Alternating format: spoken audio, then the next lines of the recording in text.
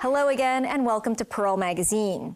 Hong Kong's hotel industry has been suffering from the economic downturn despite the reopening of the border last year. That's partly because visitors, especially mainlanders, aren't staying overnight. Some small hotel operators are offloading their assets at low prices. Investors who are hoping for good returns in student housing are buying these hotels or block residential buildings and converting them into student accommodations. Alice Kahn checked out the layout of one of these converted hotels.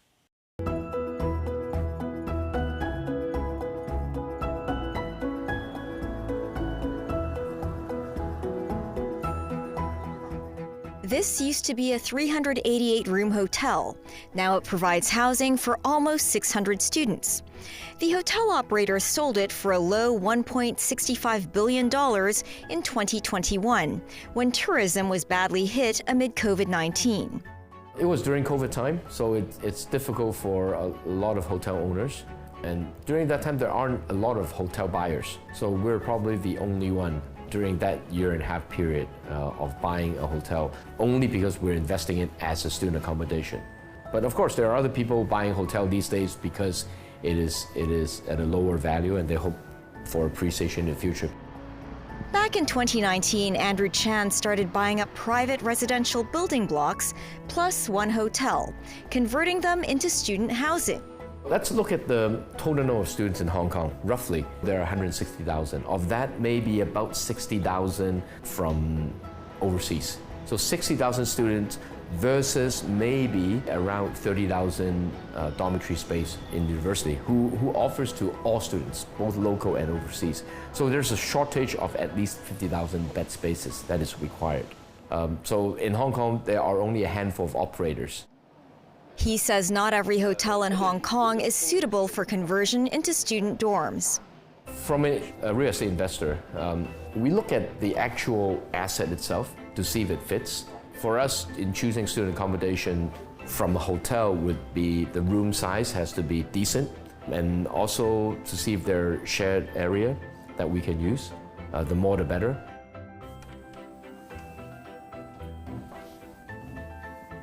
Andrew showed us the layout of a 200-square-foot room. Then, Andrew, this is one of the hotel rooms, right? Mm-hmm. Then, did you make any changes then? For this particular asset, this room area and layout is quite perfect for us. But we purpose-built all the furniture. As you can see, we have very large desks for students. We make sure that they have a place for a big monitor. Our standard desk size is about 1 meter wide and 800 deep. And then we have shared beds. So depending on the layout of each of the room, we make small alteration, but more or less they are all the same. For this particular asset, we have 600 students staying here. 400 of them live in twin rooms. 200 of them live in single rooms. This is a twin room. Well, the size is really perfect for student accommodation, right? Yeah, we actually put in a lot of storage. As you can see here, the bed, they're all behind the back, underneath the mattress, these are all storage. We have drawers here, wardrobe there, wardrobe here. So it's quite a lot of space for students. But the best thing that students like is the desk space. A lot of students who like socialing, they prefer this kind of room type because you can, as you can see, there are a lot of rooms here. We can fit 4 or 5 students chit-chatting in a room. Quite a lot of fun. Some students even put a big TV up here so that they can sit on the bed and watch TV together. They are allowed to put a TV here, are they? Yeah, they can bring in whatever they like. They don't mount it on the wall, but they buy a new TV and just put it on top. The bathroom is as it was when Andrew purchased the hotel. Fees include weekly cleaning services for each room. At the end of each floor, a hotel room has been turned into a pantry where students can cook, dine, and store their food in the fridge. To attract more students, there is plenty of shared space. So this is our communal area for students. They will gather here right after school to play ping pong, to chit-chat. This is very large. It's about 3,000 square foot. Then what was it like before? It used to be a hotel lounge. but we repurposed it. We put in new furniture and, for example, a ping pong table, TV, board games, things that students like. Then did you make any changes in the layout? No, we have not. We didn't have to. This hotel was sort of ideal because the layout it's pretty much how we like it. Then Andrew, then it can save lots of money, right? It depends. Money is probably spent somewhere else. For example, we modernized some of the lifts. We spent a lot of money in the room furniture. So we spend where we're supposed to spend. But at the end, we try to build a place where students would value where we put the money. Okay. Well, there's an outdoor area. Can you show me? Yeah, please, come this way. Okay, before we get to the outdoor area, I'd like to show you this part as well. As you can see, we repurposed this area with a purpose in mind that what students like. For example, nowadays students like playing board games. They like watching Olympics or football games together, and that is why we made all these new areas for them. This outdoor area is 3,000 square feet. This used to be an event space for the hotel, but our students love it because during the winter time when weather gets better, we'll do barbecue, hot pot, a lot of eating events during that time. Andrew also made use of the driveway, car park, and some areas for games and exercising. He charges $800 to rent each bed space. This is higher than a shared flat. It's slightly more expensive living in the student accommodation, in the sense that you probably pay the same dollar amount, but you have less private space because you stay in a room. But you have all these common area that you can share. So it really depends on how you look at it. I think for students, they are more accustomed to life like this, sharing with each other, sharing their time, sharing their hobbies, sharing their interests, and sharing space. The rooms are fully occupied, and Andrew has increased room rates every year. He thinks student housing is a good investment. It's a new asset class, it's resilient. Even during COVID time, we were able to demand a good fee from students. But as an investment, it is a stable business. So stable business will be able to demand a high return. I think in the long run, when you look at so-called a core asset, in the past we have Grade A office, we have retail, big shopping malls. I think student accommodation will eventually become one of those core assets because it is stable. Andrew will continue to buy hotels with suitable layouts for conversion. Over the past year, 3 small and mid-scale hotels were converted into student housing. This hotel in Sanpo Kong was bought by a developer and turned into a private dorm, while this 3-star hotel in Hung Hom was bought by Metropolitan University for the same purpose. According to government figures, from January to June of this year, Hong Kong recorded a total of 21.2 million visitors. Only 50% of them stayed overnight. Analyst Thomas Chak says some hotel owners are unloading their properties for asking prices that are 15 to 20% lower than their pre-pandemic peak. If we look at the tourism numbers, okay, so we are at around 80% of what we were pre-COVID. So the numbers are down a little bit. If we look at the past Golden Week in May, okay, the occupancy rate stands at around 79%, but the ADR is actually dropping. So especially in this high interest rate environment, they may choose to offload their hotel to another investors or to a student accommodation operator, and then they do the enhancement. Thomas says it is now a trend for investors to convert hotels into student housing.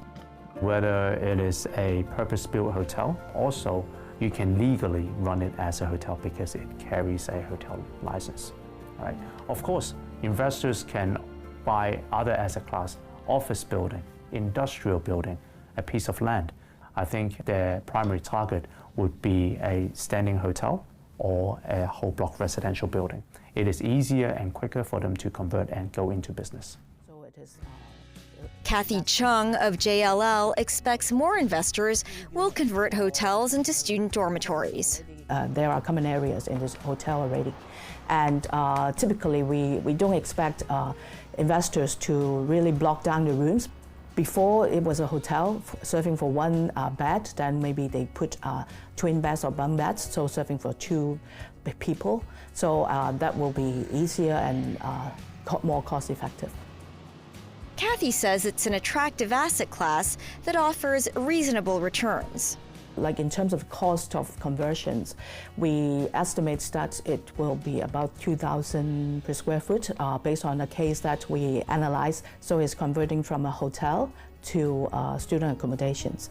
So, and then it takes about 9 months to a year for the conversions. So comparing to a new build, that is much faster. So the estimated return for the conversion will be an NOI yield of about 5%, which is quite decent in this market. Over the last 12 months, rents for student housing have increased by 10 to 15%. Chung expects more investors to go into this market as it offers a stable and higher margin. When we come back, new products and services for old people. Stay with us.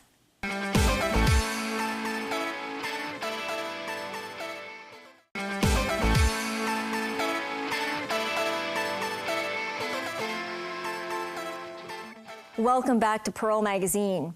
Like many advanced economies in the world, Hong Kong has an aging population. By 2046, 36% of Hong Kongers will be over 65 years old. Zella Chin visited a trade show for seniors to look at new products and services for those planning for their golden years.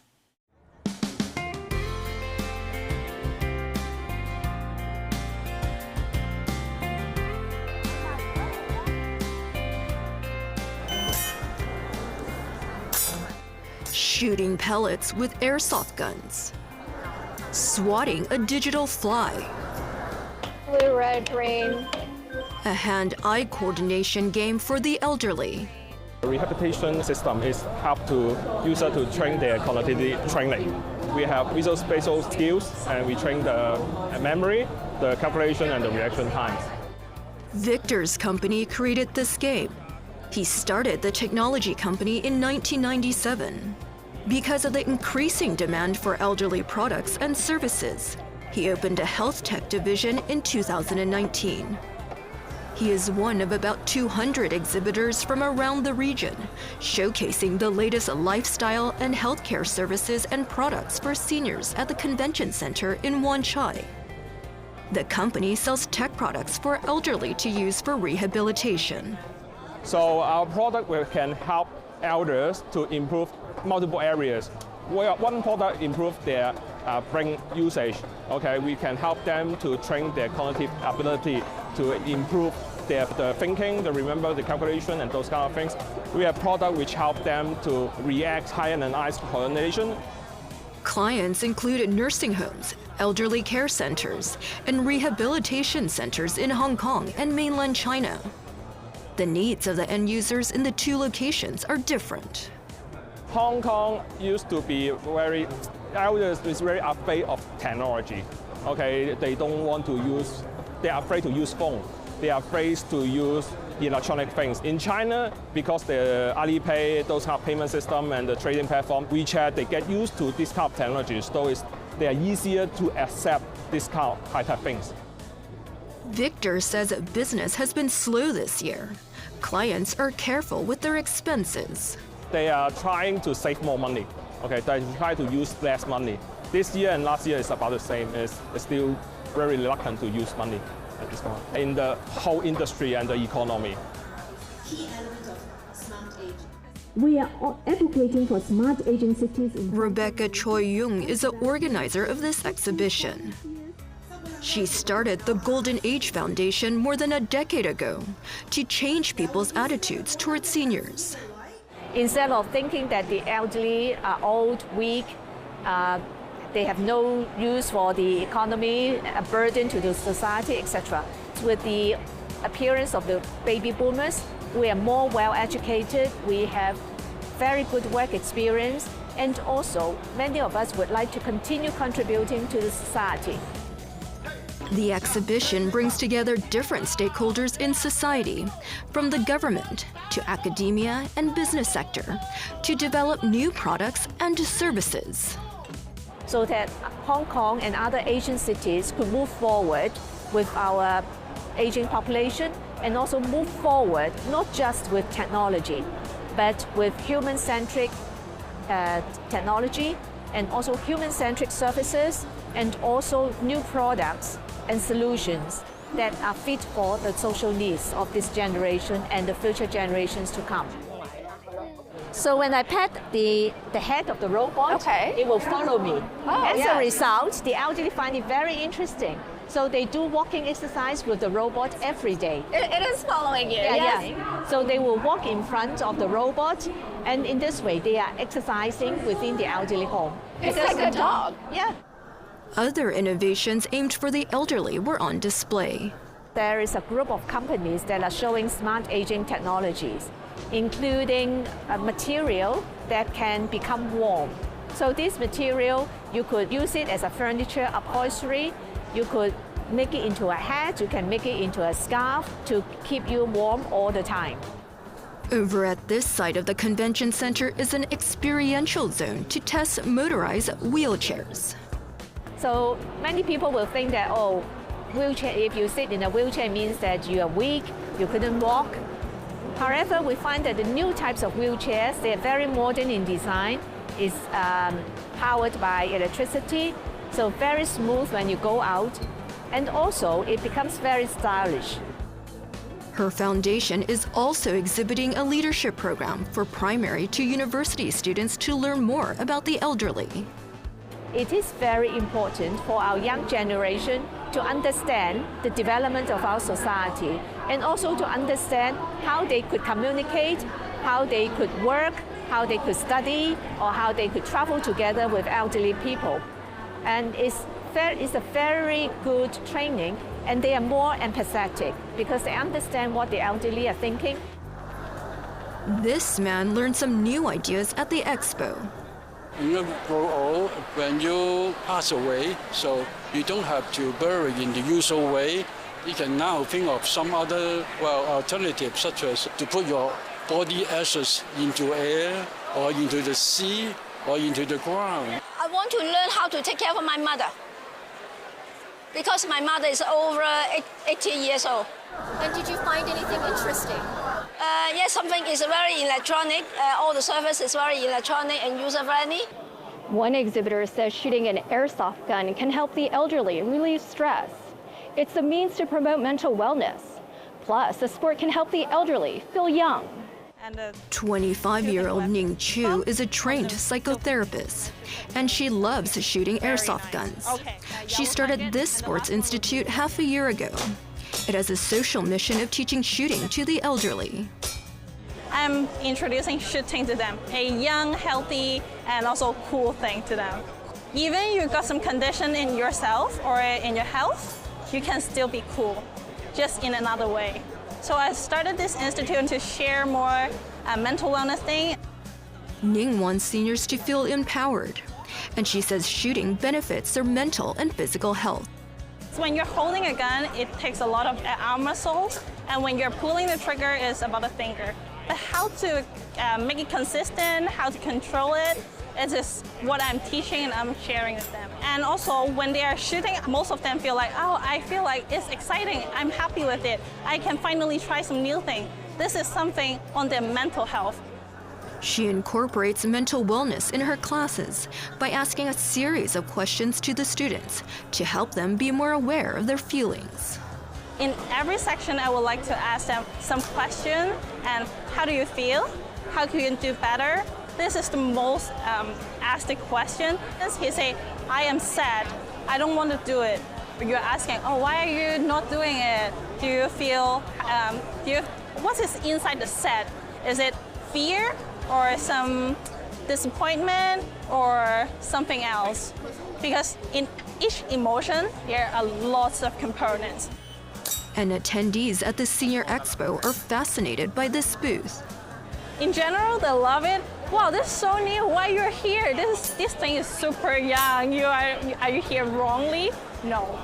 I'm bringing the new thing to you, to every elderly, to everyone who wants to know it. And if you enjoy it, just come with it. Over at this booth, Stephanie Lau's business modifies the environment where seniors live. She's showing different types of handrails. So I would like to introduce this red color and white color one. This is a Nordic product. And in their care home settings in Denmark, for example, we see a lot of homes are using this for people living with dementia. Because red color, it's a color that can really stimulate them so that they can really tell that there's a handrail. If it's a white color handrail putting on a white color wall, so they won't see that. They will miss it.